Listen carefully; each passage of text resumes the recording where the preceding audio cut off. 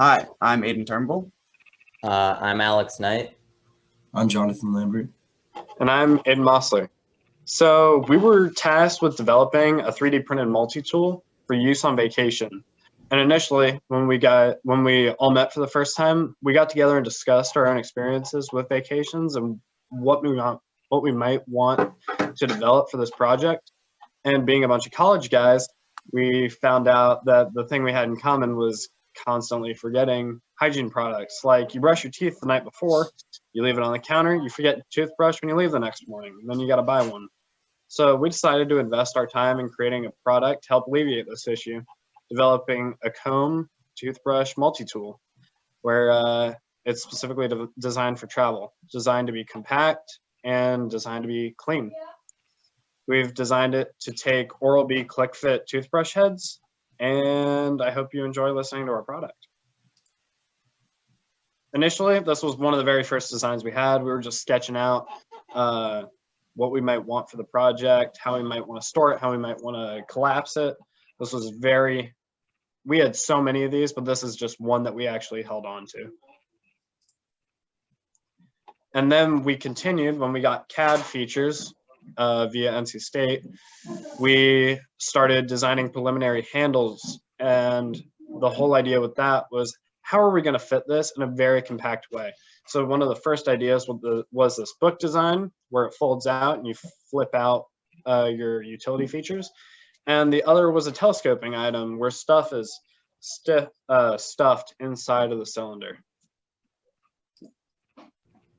So as you can see from some of these more primitive designs, we did in fact decide to go with the more cylindrical handle with the telescoping features, in which the comb would slide out of one half on the bottom and then the toothbrush would somehow fit into the handle on the other side.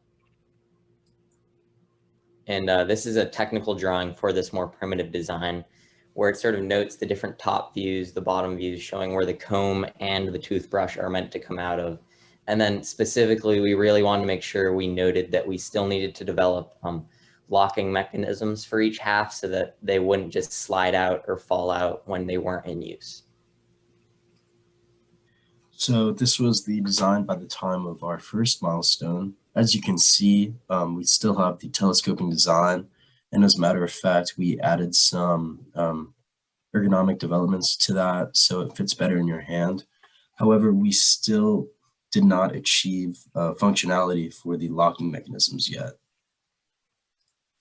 So in order to overcome that design issue, we decided to circle back and to essentially restart. We broke up the two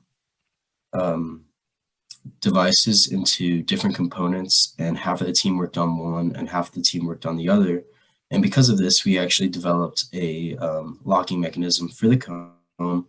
It is a screw that screws in and out depending on how far out you want the comb. But for the toothbrush, we hadn't yet perfected the locking mechanism.